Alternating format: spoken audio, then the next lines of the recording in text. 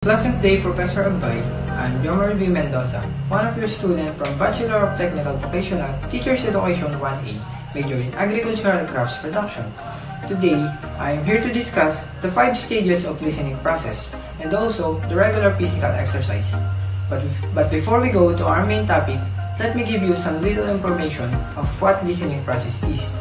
The listening process is about understanding and applying the importance on how to listen properly, and that is listening process. Now, let's proceed to our main topic of what are the stages of listening process. There are 5 stages of listening process. Number 1, receiving. This is the initial stage where you hear or receive the auditory signals. It involves paying attention to the speaker and focusing on the message being communicated. Number 2, understanding. At this stage, you interpret the meaning of the word and sentence.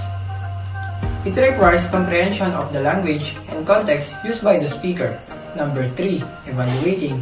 Here, you critically assess the message.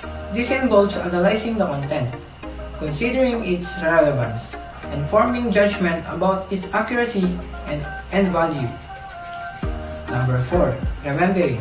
This stage involves retaining the information for future use.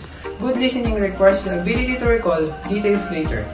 Lastly, number 5, responding. Finally, you provide feedback or response to the speaker, which can be verbal or non-verbal. This shows that you have engaged with the message and often helps to clarify or continue the conversation. Effective listening involves actively engaging with each of these stages.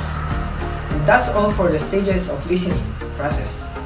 Now, for our second topic, let's talk about regular physical exercise.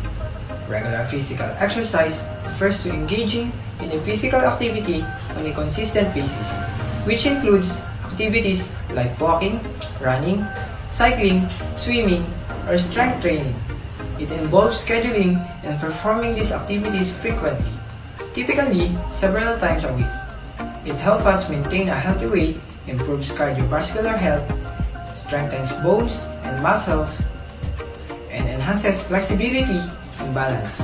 Also, regular physical exercise can reduce symptoms of depression and anxiety, improve mood, and boost overall mental well-being by releasing endorphins during exercise into a daily life, promotes a balanced lifestyle, and contributes significantly to long-term health and quality of life. And that's all for today's topic. I hope you learned something new. Thank you and God bless.